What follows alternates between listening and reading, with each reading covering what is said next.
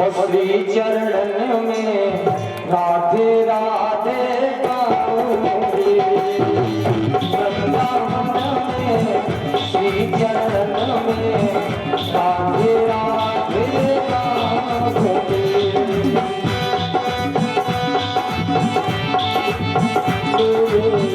राधे राधे गाऊंगी। वृंदावन में श्री चरणन में राधे राधे गाऊंगी। सभी लोग भक्ति में ताली बजाते हुए कहें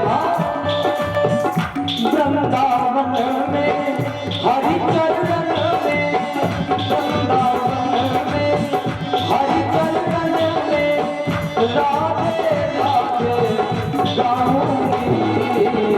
संतन के संग बैठ मैं तो अपना भाव जगाऊंगी।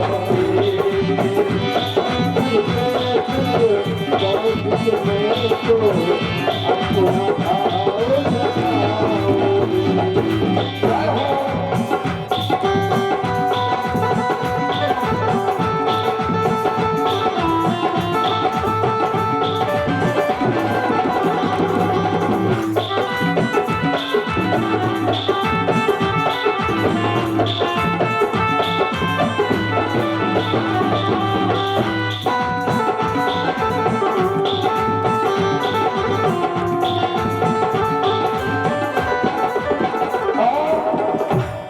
जीवन में दुख पड़ जाए दुखी मत होइए।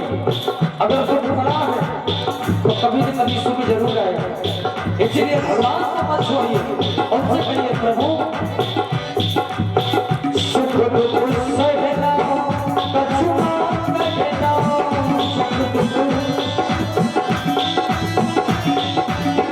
सुख दुख सहना कछु न कहना। सुख दुख सहना कुछ ना कहना। तन मन का भल जान के सहना। तन मन का भल जान से कहना। तन मन का भल जान के सहना। तन मन का भल जान से कहना। इतना भरोसा मोह देना, इतना भरोसा मोह देना। जाने दो मेरे सजमा।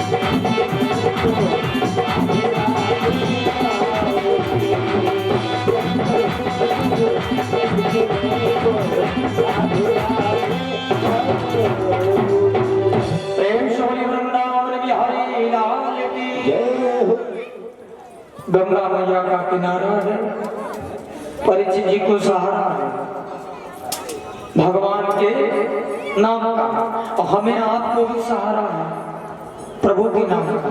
इसलिए तो आए गंगा मैया के किनारे परीक्षित जी बड़े आनंदित होकर कथा को सुन रहे, और परीक्षित जी कथा भी आप कहां सुन रहे थे?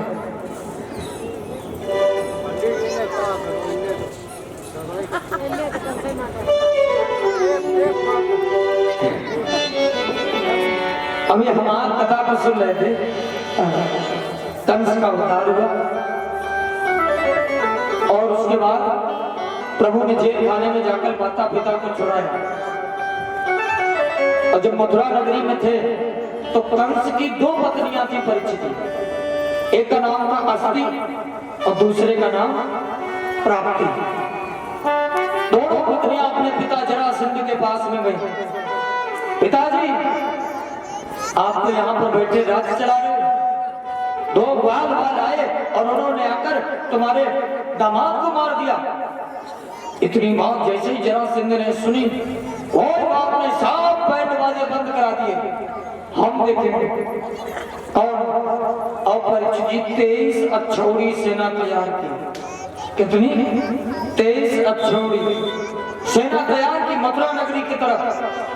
मथुरा नगरी को चारों ओर से घेर लिया, खबर भिजवाई तो कन्हैया और बलराम जी के दोनों लोग पहुंचे, और जैसे ही जरासंध ने देखा इतने छोटे बालक और इतना वीर मेरा दामाद, और उसको मार दिया।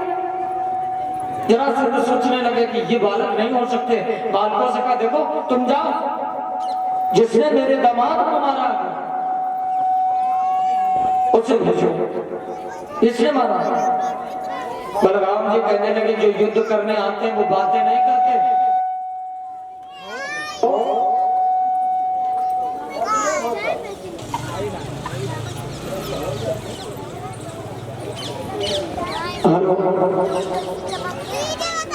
जो युद्ध करते हैं वो बातें नहीं करते। जरासंध ने कहा बेटों पर मैं अगर हथियार उठाऊं ये मेरा कोई बड़प्पन होगा, बालकों पर अरे जिसने मारा उसको भेजो, हमारी तुम्हारी कोई बराबरी नहीं, जिसने मारा उसे भेजो। अब थोड़ी देर तक तो परीक्षित जी बात होती रही। कन्हैया को आया गुस्सा, आगे बढ़े और कहा जरासंध मैं आंख दिखाता जाता हूँ, अरे हम तो युद्ध करने के लिए आए, मैं आंख दिखाता जाता हूँ और तुम बातें करते जाते हो, और नाहक चाटक की बात कही तुम क्यों मां दिखलाते हो।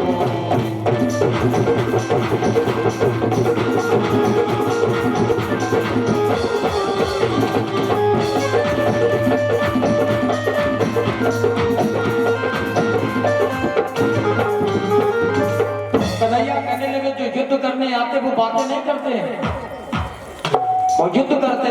जरासंध को भी परीक्षित जी क्रोध आ गया। परीक्षित जरासंध कहने लगा मरना तुम्हें मेरे ही हाथों, तो मेरे ही हाथों मरो।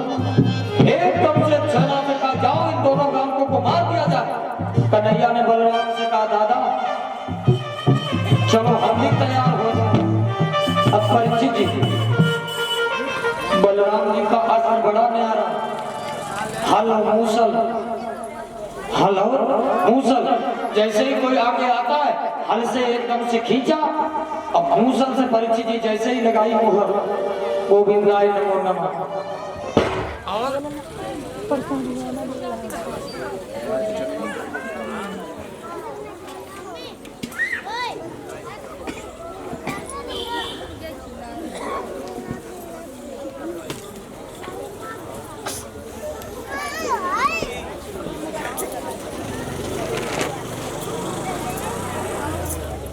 जनरेटर चलन नहीं हो गई।